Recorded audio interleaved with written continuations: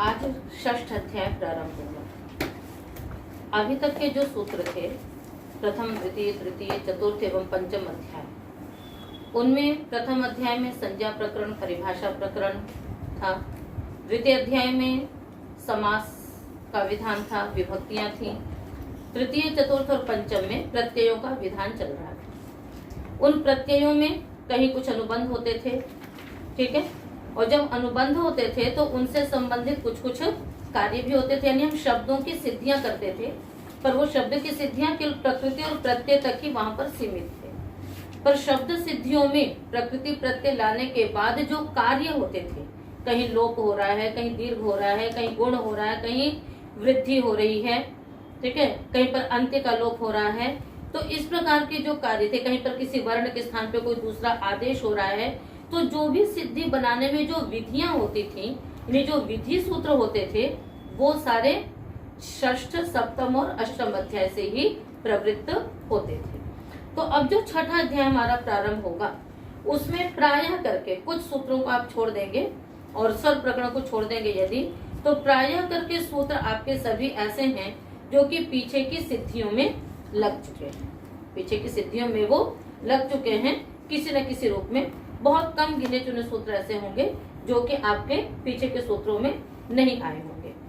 पुनरपि एक बार हम मतलब क्रम से, कि जैसे पीछे प्रकरण था वैसे इसमें भी प्रकरण है, तो कहीं द्वित्व प्रकरण है, कहीं पर संप्रसारण है, फिर उसके बाद आत्व है, लोप है, संधि है, स्वर है, तो ऐसे अलग अलग प्रकरण तत्त संबंधित जो होंगे वो आप आगे के प्रकरणों में पढ़ेंगे।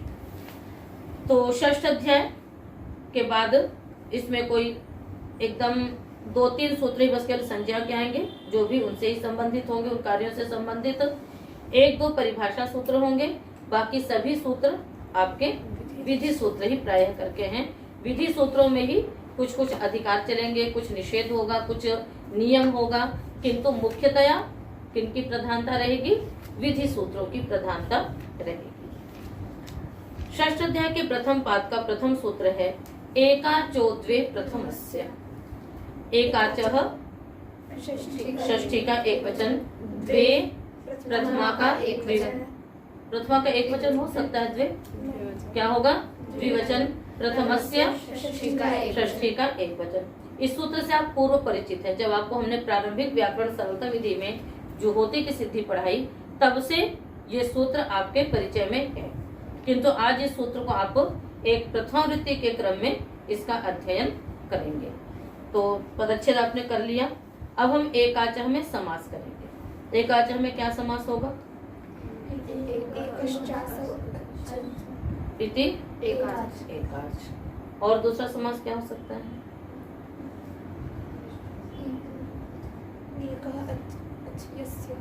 एकः अच यस्मिन, है ना। आप दोनों समास कर सकते हैं यहाँ पर। एकश्चासौ अच्च भी कर सकते हैं, जैसा आपने निपात एका जनांग में पढ़ा था। और एकः अच यस्मिन स एकाच, जैसे अनेकाल में आपने पढ़ा एकः अल यस्मिन स एकाच न एकाल अनेकाल, वहां पर भी कर्मधारय ही बताया गया था आपको। एकश्चासौ अच्च। यहाँ पर बहुव्रीहि समास, यहाँ पर क्या है? बहुव्रीहि समास है। क्यों? यदि आप ये समास करते हो एकश्चासौ अच्च, तब पठ में द्वित्व हो पाएगा इससे। एकश्चासौ अच्च का मतलब क्या है? कि वही एक हो, वही अच हो। जैसे निपात एका जनांग में अ अपे ही, तो अ जो था वही एक था और वही अच था, ठीक है। और बहुव्रीहि में क्या होगा? एक अच है जिसमें, यानी उसमें अन्य हलों का भी समावेश हो सकता है। तो यदि आप एकश्चासौ अच्च समास यदि कर देंगे तो केवल इन गतों में द्वित्व हो पाएगा। किसमें द्वित्व हो पाएगा? इन गतौ, इन गत्य, यानी जो केवल एक अचरूप धातुएं होंगी उन्हीं में हो पाएगा। किंतु हमको क्या करना है? पठ इत्यादि में करना है, तो वहां नहीं हो पाएगा। अब हमने क्या समास किया? बहुव्रीहि समास। एकः अच यस्मिन, एक अच है जिसमें, और अन्य क्या होने चाहिए? अन्य हल उसमें होंगे। आगे समझ में? तो इसलिए अब ये निर्धारण हम किससे करते हैं? महाभाष्य से, कि वहां पर ये बताया जाएगा कि यहाँ पर क्यों बहुव्रीहि समास ही होगा या कर्मधारय होगा। दोनों पक्ष उठेंगे कि बहुव्रीहि करें अथवा कर्मधारय करेंगे। अब उसमें कर्मधारय में दोष दिए जाएंगे, फिर उसका फिर बहुव्रीहि में कोई दोष होगा तो वो भी उठाया जाएगा, फिर उसका समाधान कर दिया जाएगा। बहुव्रीहि में क्या दोष आएगा? एक अच यस्मिन, एक अच है जिसमें, यानी हल होना उसमें आवश्यक है, तो इणगतों में द्वित्व नहीं हो पाएगा, है ना। एक अच है जिसमें, यानी उसमें हल का होना भी आवश्यक है, तो इणगतों में द्वित्व नहीं हो पाएगा, तो उसके लिए वहां पर समाधान दिया जाएगा, वही आद्यंत वदे कस्मिन। उसी से मिलती जुलती परिभाषा है एक व्यपदेशी वदे कस्मिन, है ना, कि एकस्मिन व्यपदेशीवत कार्यम भवति, एक में मुख्य कथन के समान कार्य होता है। अभी बस इतना ही समझिए, ये मैंने प्रसंगवश आपको वैसे ही बता दिया, ये तो महाभाष्य और काशिका का विषय था, ठीक है। व्यपदेशी वदे कस्मिन, आद्यंतवत की जगह व्यपदेशीवत हो गया, बाकी एकस्मिन। तो जो कार्य एक में भी आदि और अंत के समान कार्य होते हैं, वहां पर इस रूप में किया गया, और यहाँ पर क्या हो गया कि मुख्य के समान कार्य होगा। तो मुख्य में मतलब ई अकेला होते हुए भी वो पट के समान, बहुव्रीहि के समान मान लिया जाता है। ऐसे बहुत स्थानों पर आती है परिभाषा। तो अब आपको याद रखना है कि यहाँ पर कौन सा समास करना है? बहुव्रीहि ही करना है। एक अच यस्मिन स एकाच। अर्थ करेंगे सूत्र का, प्रथमस्य एकाचः द्वे भवतः इत्यधिकारो वेदितव्यः, कि यहाँ से आगे जो भी हम द्वित्व का प्रकरण करेंगे, द्वित्व करेंगे, वो उसमें प्रथम एकाच को ही द्वित्व होता है, ऐसा अधिकार जानना चाहिए। तो जहाँ पर एक अच समुदाय बनेगा, वहां तो प्रथम एकाच को, एक ही अच है तो वहीं पे होगा, किंतु कुछ ऐसी भी धातुएं जो द्व्यच है, तो जो द्व्यच धातुएं होंगी उनमें प्रथम एकाच समुदाय को ही द्वित्व होगा, ठीक है। उदाहरण आप ले लीजिए, जजागार, पपाच, इयाय, आर। सिद्धि आप सब आख्यातिक में आपने पढ़ी हुई हैं, पुनरअपि आपने पढ़ी है, किंतु जो लोग YouTube चैनल से सुन रहे हैं उन्होंने उन सिद्धियों को पीछे नहीं पढ़ा हुआ है, आपने आख्यातिक में पढ़ लिया था। मैं उनके सुविधा के लिए सिद्धियां विस्तार से करवा रही हूँ। सबसे पहले सिद्धि आपकी है जजागार। धातु क्या है इसमें? जागृ निद्राक्षय। दिख रहा है आप सबको? जी। जागृ, जजागार कहाँ का रूप है? लिट लकार का है, ठीक है। तो लिट लकार आ जाएगा, जागृ आगे लिट, लिट के स्थान पे तिवादी आदेश हो जाएंगे, और उसके बाद फिर परस्मै पदानाम नल तो स्थल तो सड़ल व महा से टिप के स्थान पे क्या हो जाएगा? नल हो जाएगा, ठीक है। जागृ आगे नल, नल का क्या शेष बचेगा? अ। नित होने के कारण से क्या हो जाएगी? वृद्धि होगी। क्या वृद्धि होगी? जागृ को, ग्री को, री को आ होगी, उरण रपरा से रपर हो जाएगा। क्या स्थिति हो जाएगी? जागार, जागार आगे अ, ठीक है, ये स्थिति होगी। आप लोगों को कोई शंका हो रही है क्या? ग्री के री की इत संज्ञा होनी चाहिए, किससे? उपदेश अनुनासिक इत से, सर्वत्र होती है उपदेश अनुनासिक अच की। तो वहां पर यह है कि ये अनुनासिक अच नहीं, ठीक है। जहाँ इत संज्ञा होती है वो अनुनासिक होते हैं, और अनुनासिक जो है वो प्रतिज्ञात किया जाता है, प्रतिज्ञानुनासिक पाणिनीय। तो यहाँ पर ये अनुनासिक नहीं है, इस कारण से इसकी इत संज्ञा नहीं होती है। हो गया जागार आगे अ। अब हमें यहाँ पर लिट धातु और अनभ्यास से द्वित्व करना है। क्या अर्थ है सूत्र का?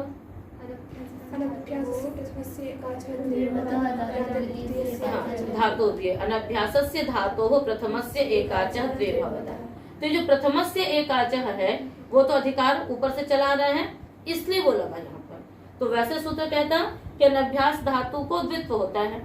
अब अनभ्यास धातु तो जागार पूरी है, तो हम पूरे को द्वित्व कर दें। यदि पूरे को द्वित्व करेंगे तो क्या द्वित्व होगा? जागार, जागार अ। अब उसका फिर क्या रूप बनेगा वो तो आगे देखना पड़ेगा, ठीक है ना। तो अब यहाँ पर सूत्र ने कहा कि प्रथम एकाच को द्वित्व होगा। आगे हम जहां भी द्वित्व करेंगे उसमें प्रथमस्य एकाच ये उपस्थित होता जाएगा, ठीक है ना। तो अनभ्यास धातु के प्रथम एकाच को द्वित्व होगा। अब प्रथम एकाच समुदाय इसमें कौन है? ये ध्यान रखना कि द्वित्व करने के लिए उसमें अच का होना जरूरी है। जब अच नहीं होता तो हम द्विवचन से रूपादेश करते हैं, इसीलिए। तो यहाँ पर तो अच है, क्या द्वित्व कर लेंगे? जा, जागार अ। उसके पश्चात पूर्वाभ्यास से अभ्यास संज्ञा करेंगे, ह्रस्व से ह्रस्व करके क्या बन जाएगा, जजागार। मिलकर के क्या बन गया, जजागार। ठीक है। यहाँ पर एक चीज और आपको ध्यान में रखनी चाहिए कि जब जागरी आगे नल है तो एक सूत्र है जागरो विचीर्णल इंगित सु, है ना, क्योंकि जागरी अंग को गुण होता है किंतु अविचीर्णल इंगित सु, विचीर्णल और इंगित को छोड़ करके, इस कारण से यहाँ पर गुण न होकर के क्या हुआ है, फिर वृद्धि यथार्थ प्राप्त हो गई, तो जजागार बन गया। अगला उदाहरण आपका पपाठ है, सीधा सीधा है, पठ आगे नल, उसके बाद फिर एक ही अच्छे इसमें तो इसलिए द्वित्व कर लीजिए, पठ पठ अ, पूर्वाभ्यास आदि शेष प पठ अ, अतोध्याय से आपने वृद्धि कर ली पहले, तो पपाठ बन जाएगा। अगला उदाहरण लीजिए इयाय, इणगतौ धातु है, क्या धातु है, इणगतौ धातु है। आगे आपने ले लिया नल, ठीक है, नल का क्या शेष बचा, अ, उसका ई को क्या करेंगे, वृद्धि, ई को क्या करेंगे, वृद्धि। वृद्धि करने के पश्चात क्या स्थिति हो जाएगी, आई अ, फिर आई को क्या कर लेंगे, आय आदेश कर देंगे, अच के परे रहते तो क्या बन जाएगा, आय, आय आगे अ। अब हम यहाँ पे लिट धातु और अनभ्यास से द्वित्व करना है। अनभ्यास धातु के प्रथम एक आच को द्वित्व होता है, तो यहाँ पर तो एक ही अच्छे, तो ये व्यपदेशी वदेकस्मिन से आप इसको लगाएंगे और उसके बाद यहाँ पर क्या करेंगे, द्विर्वचनीचि से रूपादेश करेंगे। तो द्विर्वचनीचि का क्या अर्थ है, बोलिए।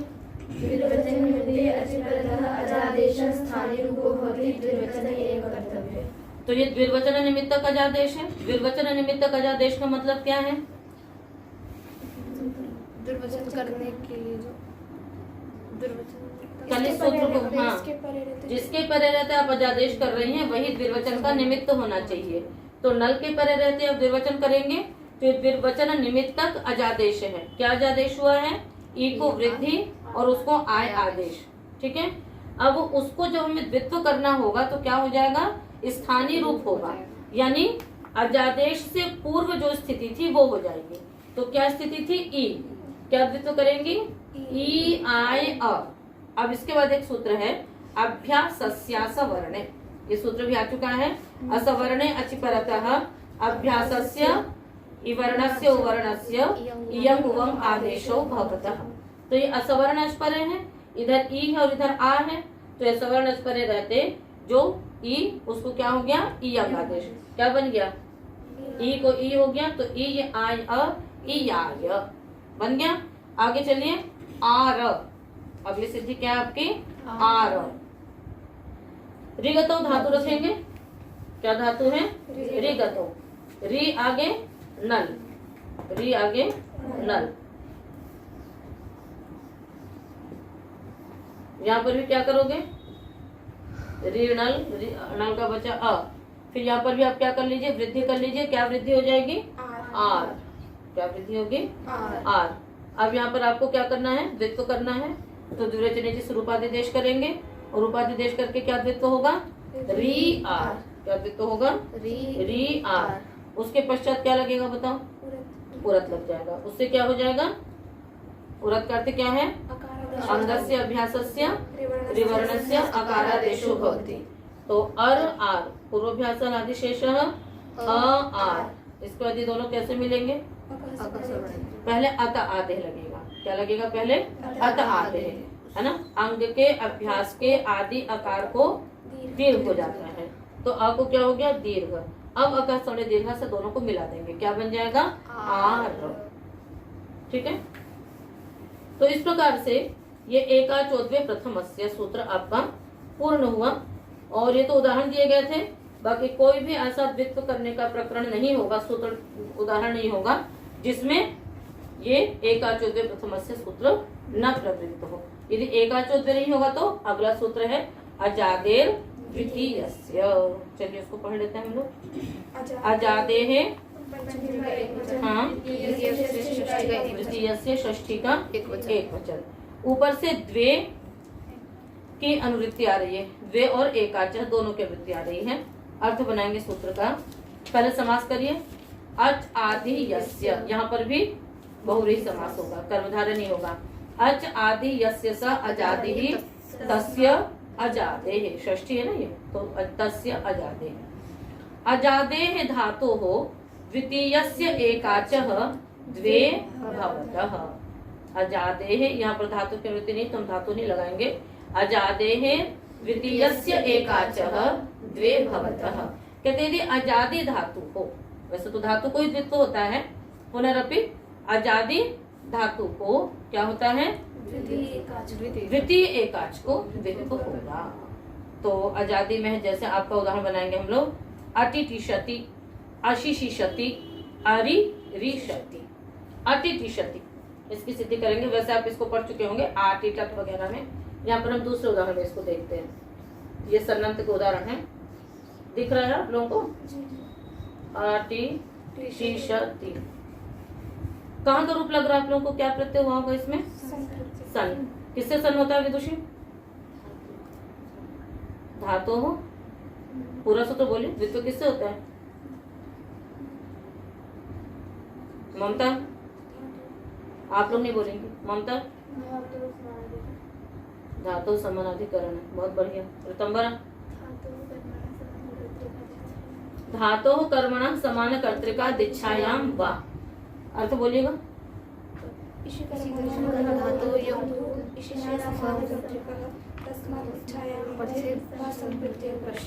चलिए, इसका अर्थ आप लोगों ने बता दिया, ठीक है। तो इषि कर्मणः अवयवो यो धातु, विग्रह क्या करते हैं हम लोग? अटितुम इच्छति इति अटितिशति।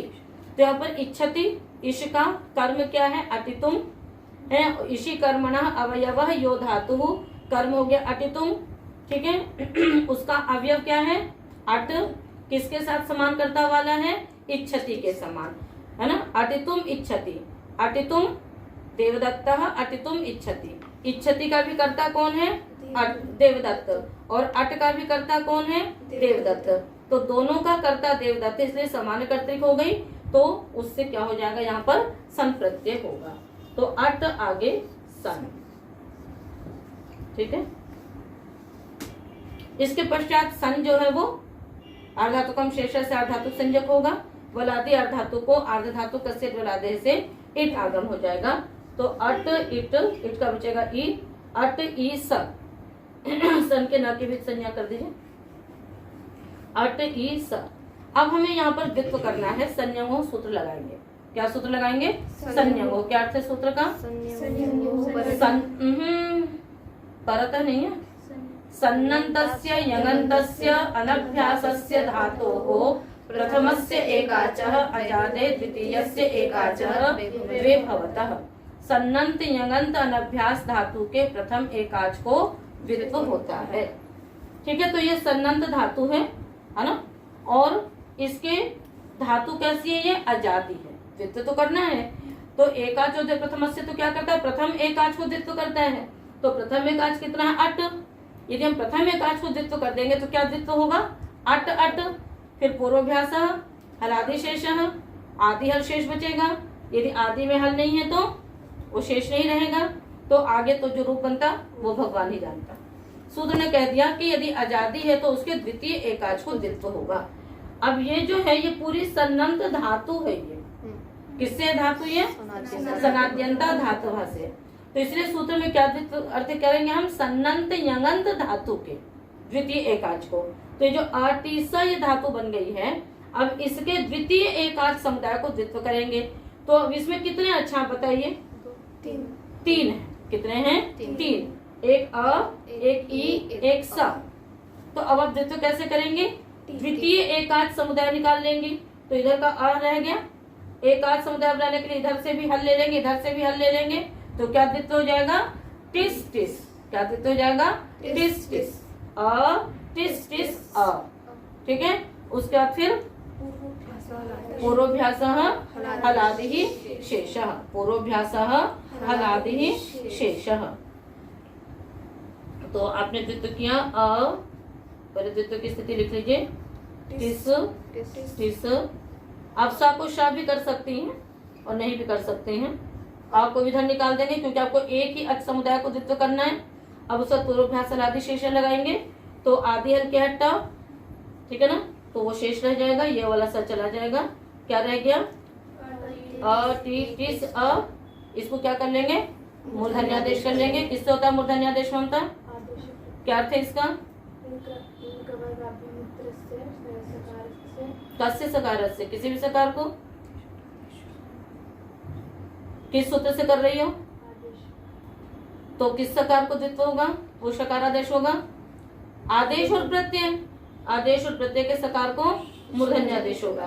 तो अ टी टी श बन गया। अब आगे आप व्युत्पत्ति करके बना लीजिए अ टी टी श ती।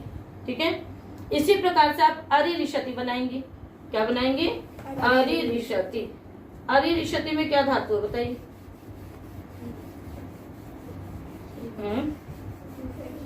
रिगतौ। क्या है धातु? रिगतौ। ठीक है, तो धातु रख लिया आपने री, आगे सन, उसको फिर आपने इटागम भी कर लिया। क्यों? अरिरिषति बना रहे हैं हम लोग। सारे सूत्र तो आप समझ चुकी हैं। री आगे सन होगा, इटागम हो जाएगा, री ई स, उसका फिर क्या करोगे? गुण कर लेंगे। आठ धातु के पे रहते हैं, साठ धातु का आठ धातु कैसे गुण हो जाएगा? गुण होगा या नहीं होगा? होगा। कितवत नहीं होगा सन? इकोजल से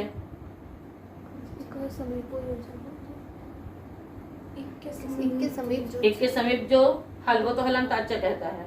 इकोजल का क्या अर्थ है? झलादी सन होता है। हाँ, झलादी सन को कितवत करता है। यहाँ तो इटागम हो गया, इसलिए नहीं होगा। तो री को आपने गुण कर लिया। क्या गुण हो गया? अर, उरण प्रहलत करके अर ई स। अब आपको यहाँ पर क्या करना है? द्वित्व करना है। तो ये आजादी है, आजादी धातु हो गई ना। ये आजादी धातु होने के कारण से द्वितीय एकाच समुदाय को द्वित्व होगा। क्या द्वित्व होगा? रिस रिस, आपको छोड़ करके रिस रिस अ, फिर पूर्वाभ्यास आदिशेष री रिस अ री री श, मूर्धन्यादेश आरी री श आरी री श ती बन जाएगा। इसी प्रकार अशुभोजने धातु से क्या बनेगा? अशितुम इच्छति, खाना चाहता है। इति अशिशिषति, वहां भी क्या द्वित्व करोगे? आशिषसन, फिर शिश शिश द्वित्व करके आशिशीस आशिशीषति। आगे समझ में? तो इस प्रकार से ये आपका द्वित्व हो गया। तो अजादेर द्वितीयस्य। ठीक है,